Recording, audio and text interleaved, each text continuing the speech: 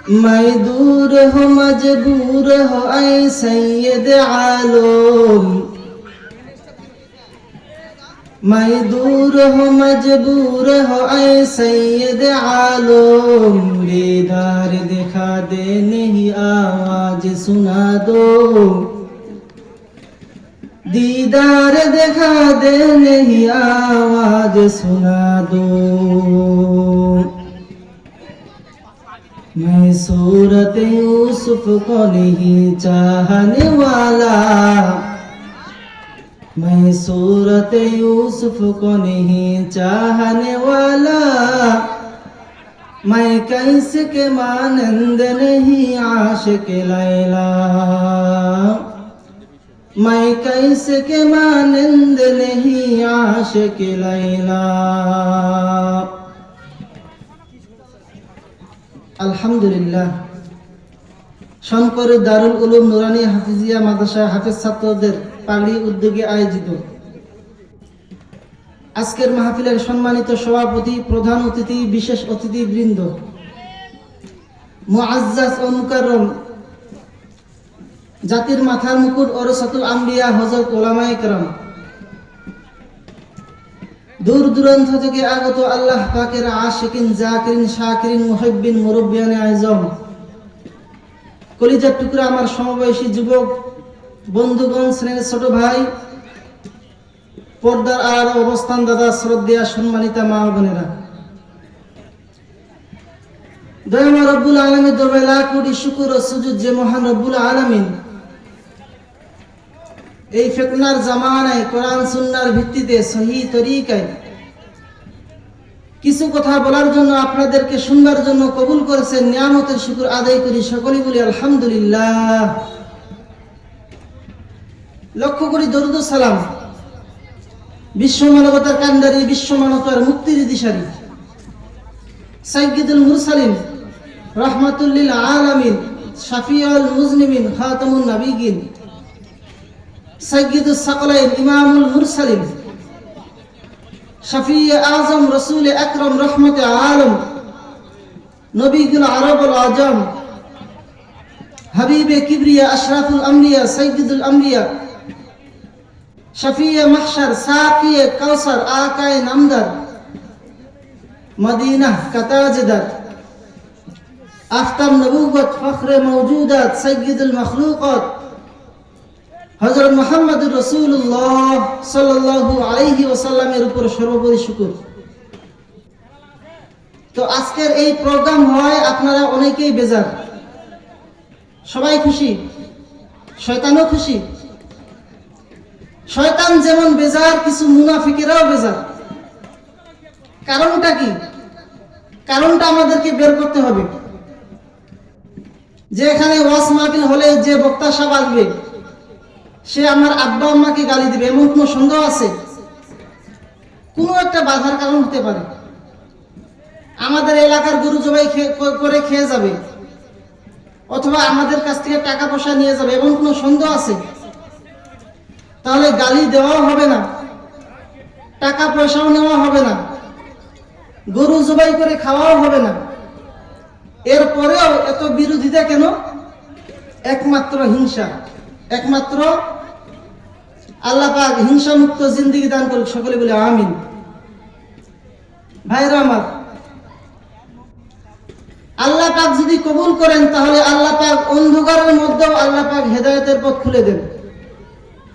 যতই চেষ্টা করা হোক, যা আল হক ওয়া যাহাকাল বাতিল, আল্লাহ পাকের ওয়াদা মিথ্যা না সত্য?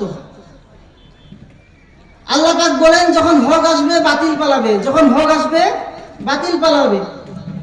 পিটানো লাগবে না, আন্দোলন লাগবে না, হরতাল লাগবে না। বাতি যখন জ্বলবে, অন্ধকার পালাতে বাধ্য। অন্ধকার কেন, অন্ধকার কেন, লাঠি নাও, পিটাপিটি করে যাবে? একটা আলোর ব্যবস্থা করে দাও, মেজবাতি দিয়ে আগুন জ্বালায় দাও, অন্ধকার শেষ। ঠিক বাতিল আছে, অনেক বাতিল, অনেক বাতিল। হিংসার দরকার নাই, আন্দোলন দরকার নাই। হকের আওয়াজ দাও, হকের বাতি জ্বালাও।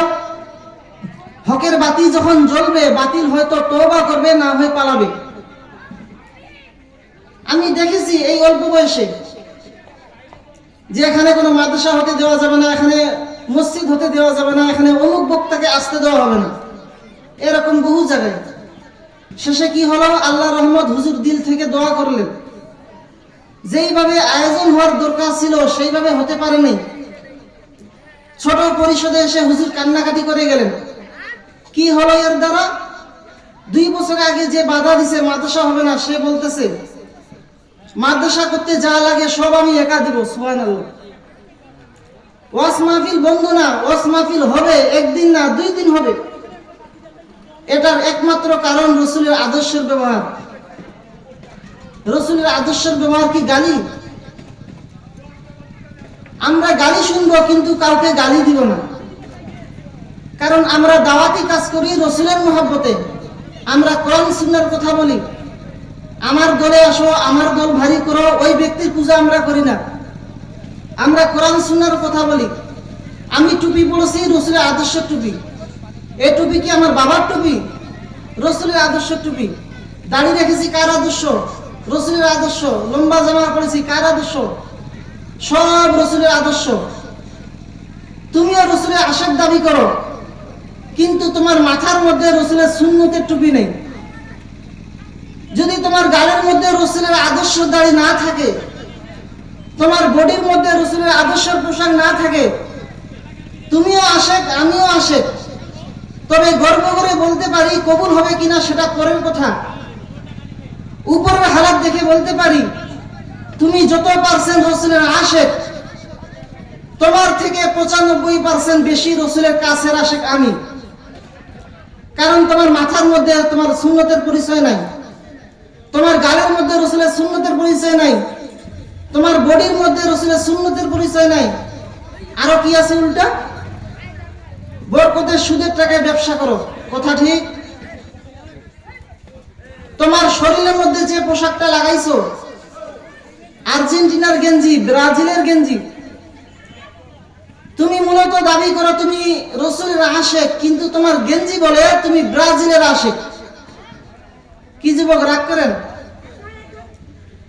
আর্জেন্টিনার গেঞ্জি লাগাইছো, আর্জেন্টিনার পতাকার রং লাগাইয়া। তুই না বাঙালি, তুই না বাংলাদেশি মানুষ? বাংলাদেশের পতাকার গেঞ্জি পরছো কয়দিন? অথচ স্বাধীন বাংলাদেশের পতাকা তুই পায়ের নিচে রেখে বেঈমানের বানানো পতাকা আজ বাংলাদেশে উড়িয়ে একদিকে যেমন ইসলামের সাথে দুশমনি করেছো, অপরদিকে তুই দেশের স্বাধীনতার সাথে গাদ্দারি করেছো। তুই একটা গাদ্দার। মদের বোতল বন্ধ করবে কে? যারে দিয়ে ভূতে তাড়াবে, এরে ভূতে ধরেছে। কোথায় আর্জেন্টিনা? তোর বাপে গেছে? তোর দাদাও তো যায়নি।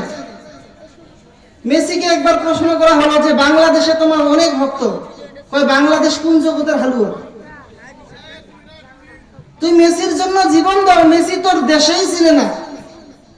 আমি মাঝে মাঝে বলি যে বিবাহ করছে শ্বশুর বাড়ি চিনে না, আছে না এরকম ছাগল? সি সি সি। অনেক যুবক নামাজ নাই, নাম নাই, বাম্মা খেলা দেখায় বাধা দিছে, বাম্মার সাথে বেয়াদবি করেছো। মুরব্বীরা বাধা দিছে, তুই মুরব্বীর সাথে বেয়াদবি করেছো। তুই না রাসূলের আশিক? তুই কয় নাম্বার রাসূলের আশিক? তোরটা তুই দে। তবে এতটুকু গ্যারান্টি রাখ, তোর পার্সেন্ট যদি হয় 5, আমার পার্সেন্ট আছে 5000। আর ভিতরগত যত কিরাগলি কোরআন সুন্নাহ দিয়ে চাপার জোরে নাই।